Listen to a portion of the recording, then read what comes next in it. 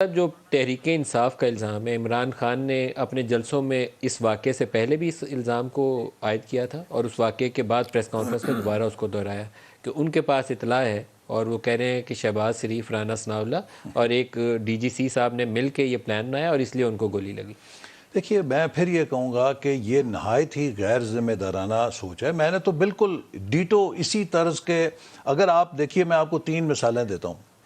جس نوجوان نے مجھے گولی ماری اس کا اگر آپ پروفائل کریں، جس نوجوان نے عمران خان صاحب پہ گولی چلائی اس کی پروفائل کریں، اور وہ نوجوان جو سیالکوٹ کے واقعے کے اندر ملوث تھے، ان سب کا اگر آپ سوشیو اکنامک پروفائل لیں اور ان کی جو موٹیویشنز لیں، بڑی سملر سی نظر آتی ہیں۔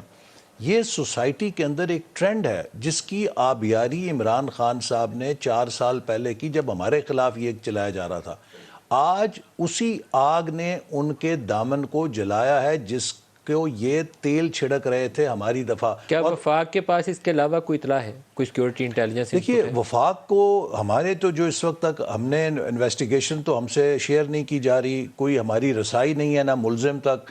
ہم تو جو واقعاتی معاملات ہیں ان سے اس چیز کو ابھی جج کر سکتے ہیں جو پرائما فیسائی یہی لگتا ہے کہ ایک ریلیجسلی موٹیویٹڈ نوجوان نے کی۔ لیکن میں جو چیز امپورٹنٹ ہے وہ یہ کہنا چاہوں گا، دیکھیے آپ نے کرائم سین دیکھا، کسی نے اس کو نہیں سنبھالا، اسی وقت جو کرائم سین ہے اس کو رپورٹرز کے حوالے کر دیا گیا، ساری دنیا چڑھ گئی، سب نام و نشان وہاں سے مٹا دیے گئے۔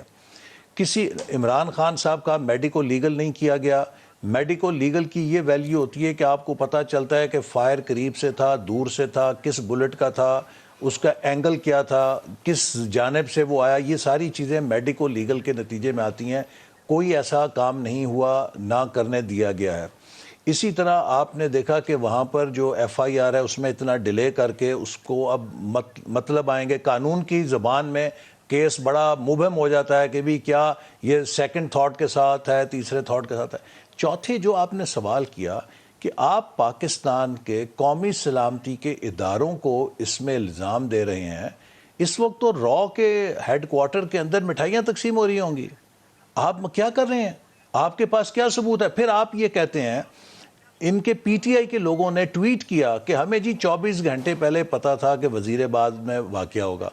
بھئی حکومت آپ کی، کاؤنٹر ٹیررزم آپ کا، سیکیورٹی آپ کی، اگر آپ کو یہ پتا تھا کہ 24 گھنٹے پہلے کہ وہاں پہ وقوع ہو سکتا ہے، آپ نے کیا حفاظتی تدابیر اختیار کی؟ اجب احسن صاحب، عمران خان کے بہت سارے بیانیوں سے مجھے اختلاف ہوتا ہے، لیکن اس معاملے میں کسی آرمی آفیسر کا نام لینا، آپ لوگ اس پہ پہل کر چکے ہیں۔ مریم کے اوپر کسی نے کہا تھا کہ مریم کو سمیش کر دیں گے اگر اس نے بات کی، تو اس وقت نواز شریف نے تقریر کی تھی، پریس کانفرنس کی تھی، یہ میڈیا پہ پابندی عمران خان نے مسٹیک کی تھی پابندی لگا کے، میں آج بھی کہہ رہا ہوں پابندی نہیں لگانی چاہیے تھی۔ وہ بیان ٹی وی پہ چل رہے ہوتے تو سب کو پتہ ہوتا۔